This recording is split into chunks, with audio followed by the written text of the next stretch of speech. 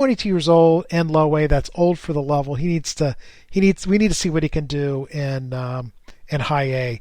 But look, it's a 601 slug. You know, he's got big time power. He strikes out a little bit too much, but you know, it's a power hitting catcher with a chance to, you know, hit 25 plus home runs at the big league level, but it probably will hit 230. And is that a full-time catcher? Probably not. I have his fantasy ceiling as a second catcher. So probably could be ignored in most dynasty leagues, but somebody, again, if you keep a long list and a spreadsheet of names that you're following, he's a guy that I would probably do that. I live my life, by the way, with Excel. Everything is in Excel. So that's just me being the geek that I am. Everything I have in there, it runs my life. So I keep minor league lists. I keep, all of my minor league scouting notes are all in an Excel spreadsheet. I know I should put them in a database, but I don't, just because I can sort and do all kinds of cool stuff with all kinds of regression analysis with all that stuff. And I put all my fantasy stuff in there. I put every player that I suck it all in from CBS, and I put everybody in there. I cross-reference them with my scouting notes so I can tell like which players are doing well, which ones I should get rid of, and all that kind of stuff. So I do all of that stuff with Excel, and I keep a long list of players who I might want to eventually add to a dynasty league. And no, I'm not going to share that with you. So I come on the air and tell you all these players that I think should be, what they're doing, hot prospects of the week. But there's nobody I'm holding back on. They are all everybody that I add to Dynasty League, I have talked about in the Hot Prospect of the Week. By the time they get to the top 100, they're owned, right? That's just the way it is. So if you're listening to this, you play in deeper Dynasty Leagues, where you find your gold is in these top 15, these top prospects of the week, or the monthly process. That's where I'm finding them. Because as they move up through it, I mean, even if we take a look at the number 100, Warming Bernabel, who made my top 100, he's owned in all of our dynasty leagues. Vaughn Grissom, another guy I like a lot, appeared in our hot prospect of the week. He is owned in all dynasty leagues. So this is the broadcast that you find these guys that are having good weeks, particularly if they're on twice, if they're on three times, like Graceffa should be owned everywhere, right? He's been on a bunch of hot prospects of the week, and I'm not favoring one guy over the other. Sometimes I'll put in a guy that on our hot prospect of the week who maybe didn't have as good of a week as somebody else, like Taj Bradley, because I've talked about him so much. So I put somebody else on the list, but I'm not holding back anything. I'm telling the guys who are statistically having good weeks. If they do that over and over again, that's a good thing. Then I'll explain why they're having a good week. Maybe they got a great changeup and they're a pitcher. Maybe they're old for the league. Maybe they're young for the league, like Jackson Chourio is, and it's just blowing up.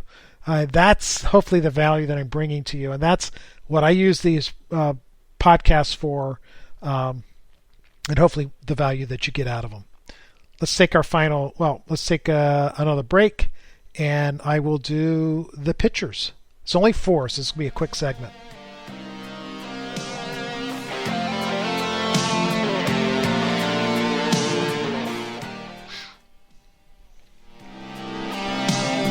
The first 2 are flashes from the past, and the first guy is Bryan Mata, right-handed pitcher with the Boston Red Sox. He is now in Double-A. He's 23 years old.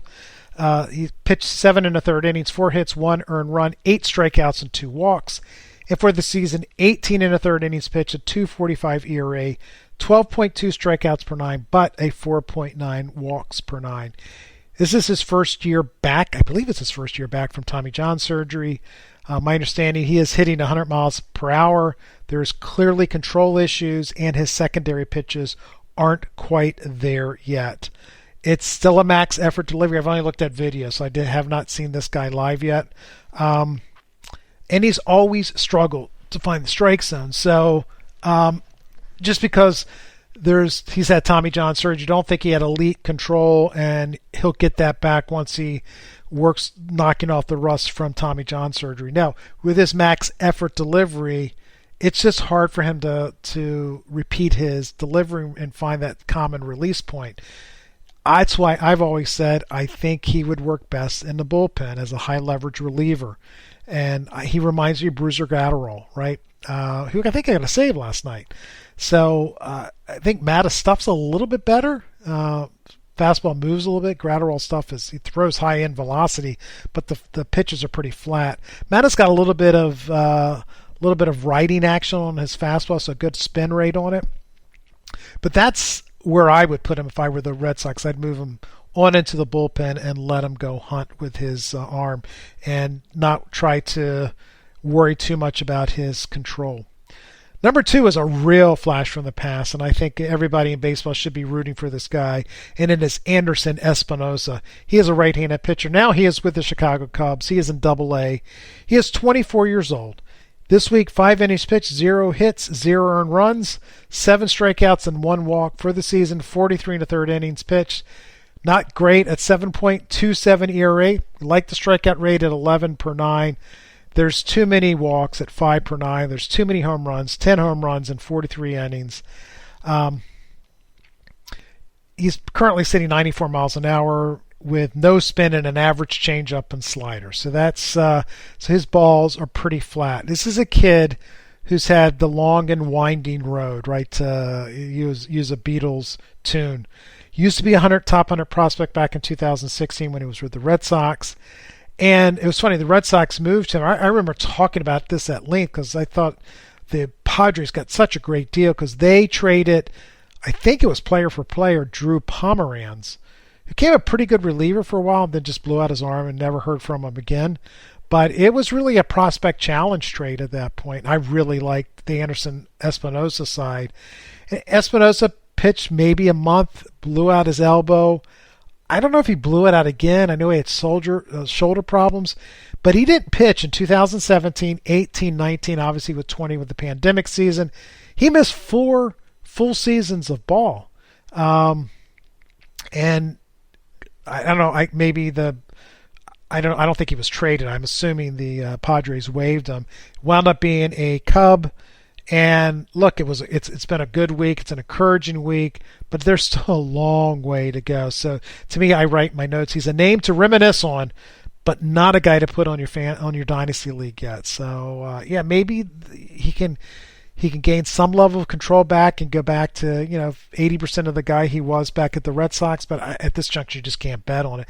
But it's a good name and a guy that I think we should all be rooting for. I don't even know how old Anderson Espinoza is. I looked him up earlier. Let me hit the backup on this. No, I don't see him. So I don't know how old he is, but he can't be young anymore. Number 3 is Jamey Melendez. He is right-handed pitchers with the Houston Astros. He is in Double-A. He is 20 years old. 6 innings pitched, 1 hit, 1 earned run, 10 strikeouts and 1 walk. Pretty good, right? For the season, it's 56 innings pitched, a 42 ERA, 12 and a half strikeouts per 9, 6 walks per 9. But here's the statistic. He's only 5'8". Now, why do I put a guy like this on there? Well, he's a Mexican kid and was found in the Mexican baseball leagues.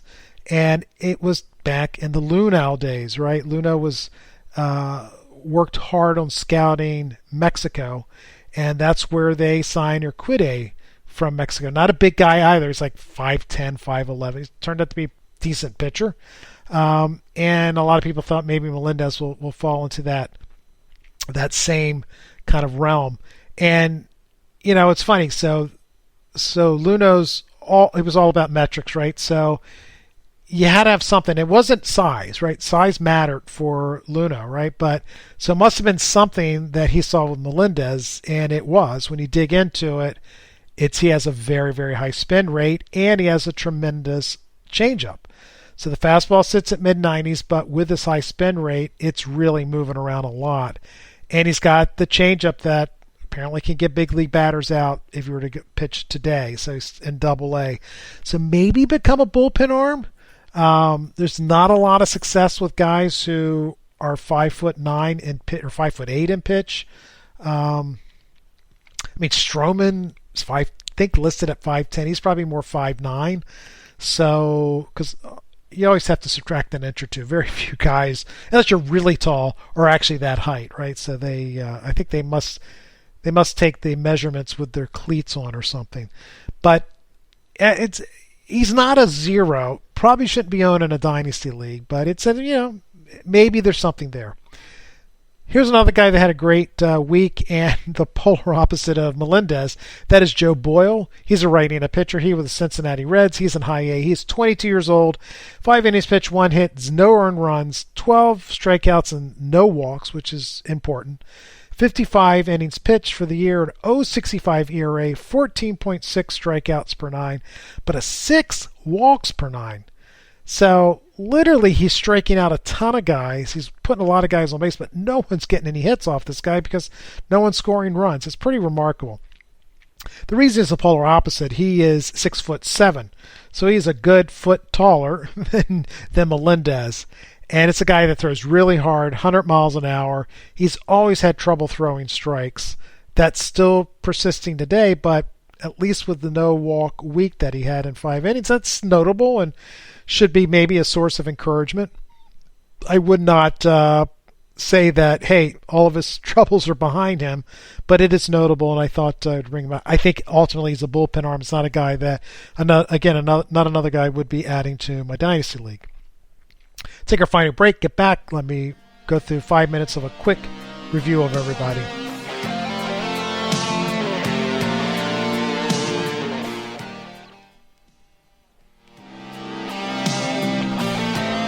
Hopefully you do listen to these reviews because sometimes I add stuff.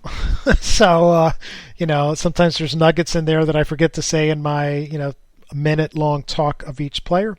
First is Bo Naylor. I'll make this real simple. I think this guy has a chance to be a top 5 catcher in the game.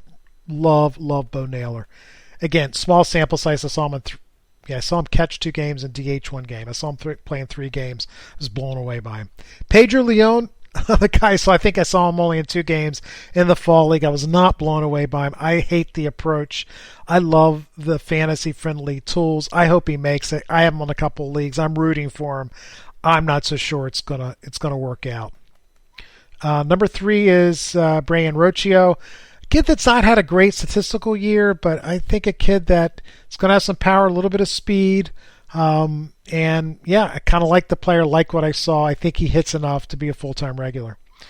Next guy is Jhonkensy. He's number 4. That's Jhonkensy. And it's pronounced Jhonkensy. I looked this up, so I actually highlighted and wrote it down. Noel or Noel, Noel.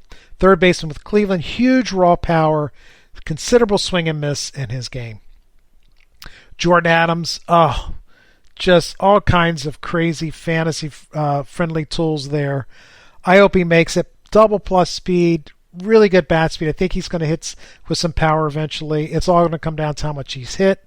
Is this an MJ Melendez kind of improvement in his contact rate? If it is, all of a sudden he becomes a very, very interesting guy for me. So I'm going to actually go check the waiver wire. If he's available in the waiver wire, I might go pick him up. Again, another guy that I have not been paying attention to. All of a sudden I see his massive improvement in strikeout rate. Now, again, he just got promoted to Double-A. If the next couple of weeks he's back up to 35% strikeout rate, then maybe all bets are off. But I find it very, very interesting. Leandro Cedeno, Leandro. Cedeno, Cedeno. So Leandro Cedeno. Big time, huge raw power. I've been worried about the strikeout rate, but he is not striking out as much as I worried about, which is good. It's a big man, probably a DH long term, one-dimensional player. Know your parameters. Ronny Simon, Ronny Simon. He's a kid with some power and speed. Oddly enough, a terrible approach, and he plays for the Rays. Don't be surprised if you see him get moved this year or next year. But an interesting guy that people should know about. Diego Cartaya, Cartaya. He's a catcher with the Dodgers, one of my top 50 prospects in the game. I also see him as a top 5 catcher with just huge upside. So you're talking 2 of the best young catching prospects in the game make our top hot prospects of the week. Noelvi Marte, Look, he dropped a little bit. I think I'm at number 9 last year. Maybe I was overly aggressive in my top 100. I think he was down at 15 or 16. Still like the